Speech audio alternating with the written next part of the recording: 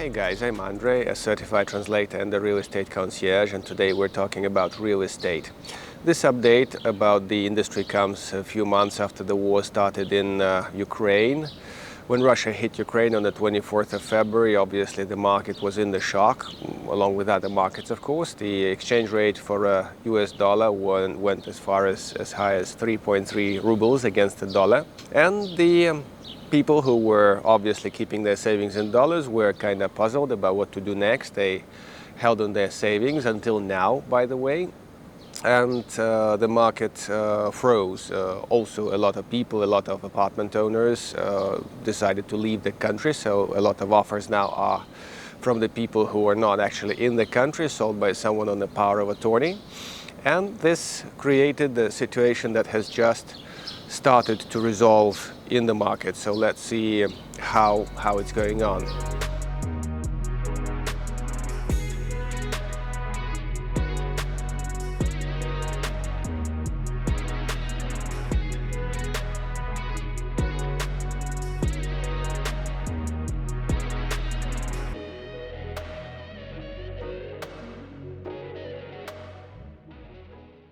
On top of the surging exchange rate, people who were potential buyers were also thinking about what happens next, whether or not there'll be more offers, whether or not the prices will collapse, and at a certain point they did.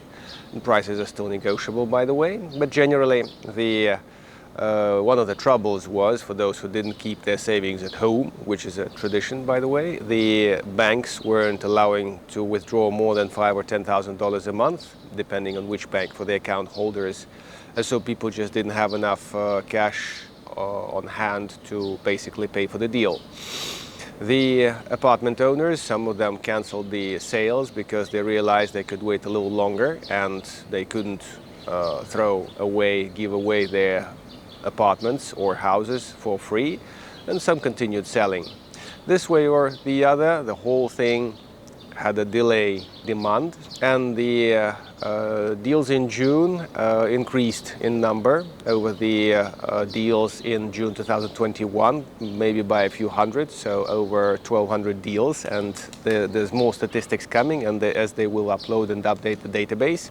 So the conclusion is, right now the market is running, and the people are buying and selling because they have waited for the universal collapse, which never occurred at this point, and they are buying and selling basically. Speaking of the current demand for the apartments, it's forced by the traditional inflow of the countryside folks into the city of Minsk, because Minsk, the capital, the main employer and the main education center, absorbs the population from the province. Makes their starting point to leave the country at some point. And the population was also thinking to invest their dollars, which were rumored to be cancelled or to be limited in circulation or something like this. A lot of people were just losing their currency just for the sake of investing it into something they believe is more solid.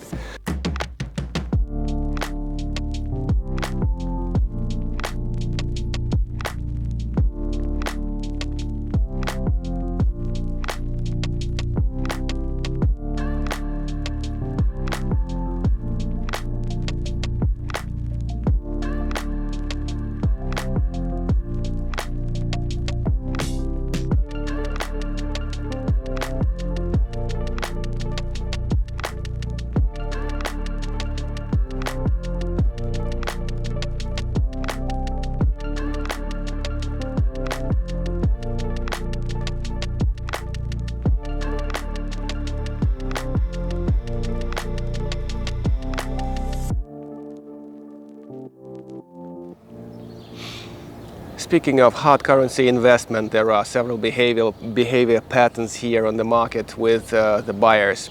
I have a lot of expat shopping, of course, and some people believe in losing currency as fast as possible. Some believe that dollar long-term will not be as stable as ruble, which is kind of odd to believe in, especially for a local that have always been saving in US dollars. But some people, I have a client now who is thinking about the long-term purchase of a newly built apartment, renovating it as time flies by New Year somewhere, and trading in his apartment to the developer.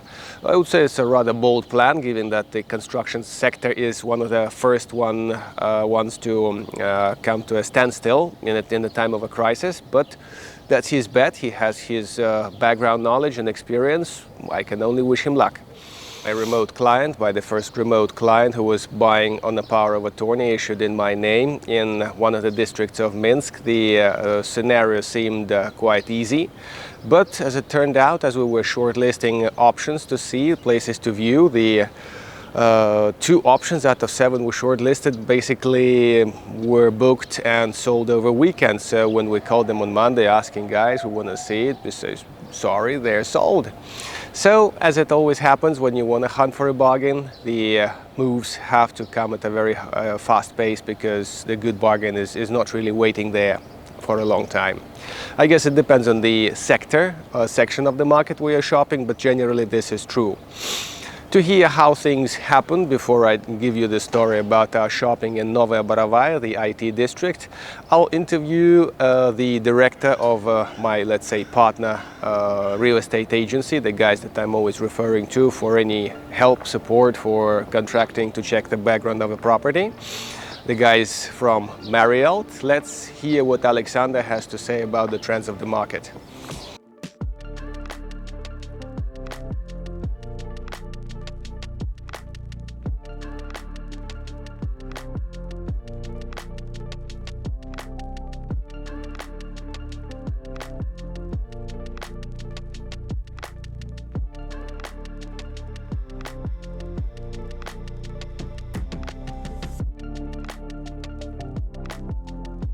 Now a quick story about how we got that apartment in Novaja Borovaja. While this is being recorded, the deal is scheduled in 5 hours from now, so by the time you'll see this video, the deal will have been done. And I'll put some remarks in the subtitles. The client was from a foreign country, somewhat exotic, non-EU, and he was looking to invest some money here in Belarus as his first step to relocate, because his place is apparently getting too exotic, so he needs to put some money somewhere.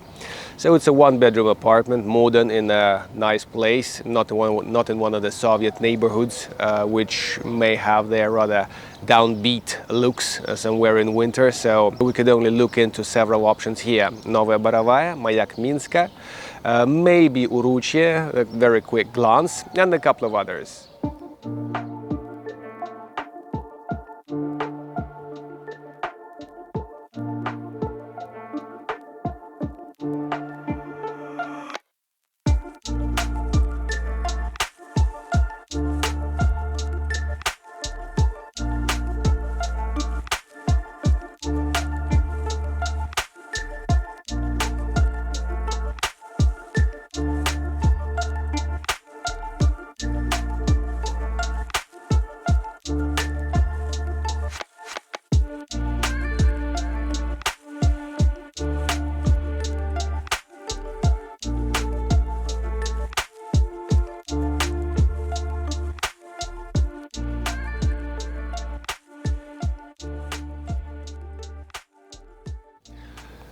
As we looked through the city map, we eventually landed on Novaja Borovaja. The neighborhood is in the east of the city, which is in a pretty good location. Nice water, nice environment and everything.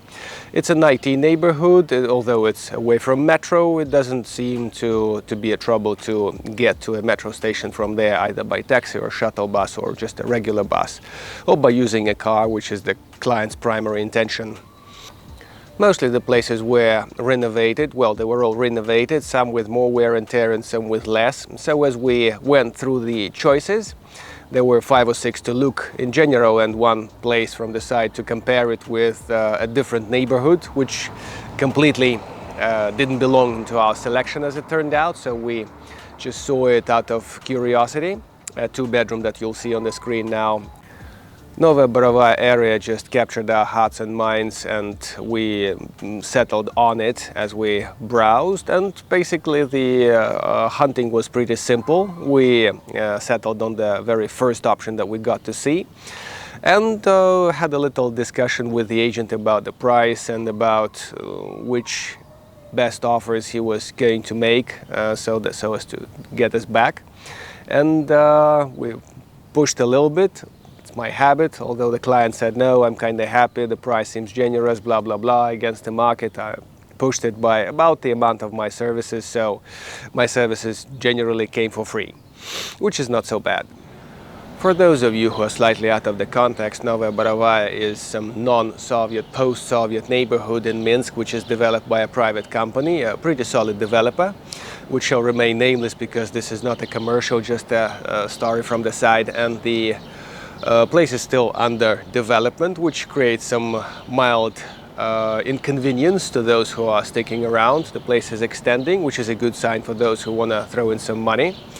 And being a concept place, like you can judge from my previous video, the link is down below. The place has a concept, it's human-oriented, it has pretty comfortable courtyards designed for the people, with all the tracks and with all the children's playgrounds, which are actually meant for the children, not just for the sake of checking them off the list for a developer. And a lot of other things like the school for kids, which is very much non-standard school, which attracts people from the whole neighborhood, by the way.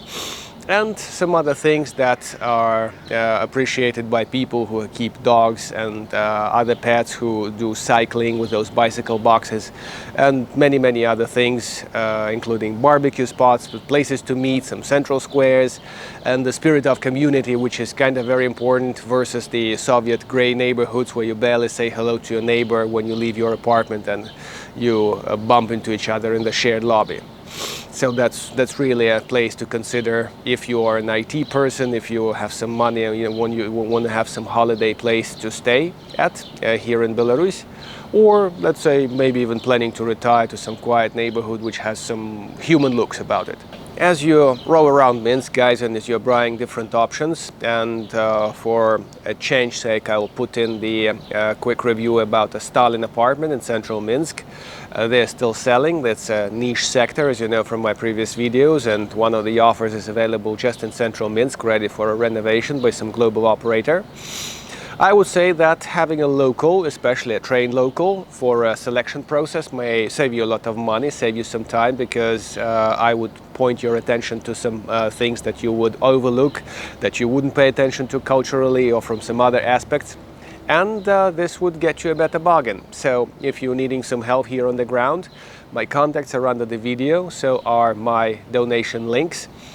And thank you very much for watching the channel. I would like to thank very much all those who are supporting the channel, especially the Patreon guys and the people who are sending $10, $20 through the other donation platform. Since not so long ago, I'm also actually accepting crypto donations. If you're having some of these, I'm not very good at how it works, so if you give me some navigation, that would help. And I hope to see you in Minsk someday, hopefully for some real estate shopping. Since we don't really know what's going to happen long term to travel in the region and to the region itself, by the way, this year seems to be the best opportunity to come and see our off-the-beaten-track place. Well, you may or may not agree with this. In any event, we'll be happy to see you in Minsk, either for real estate shopping or just for some casual recreation. This was Andrei from Minsk. Thank you very much for watching, and see you around here someday. Cheers.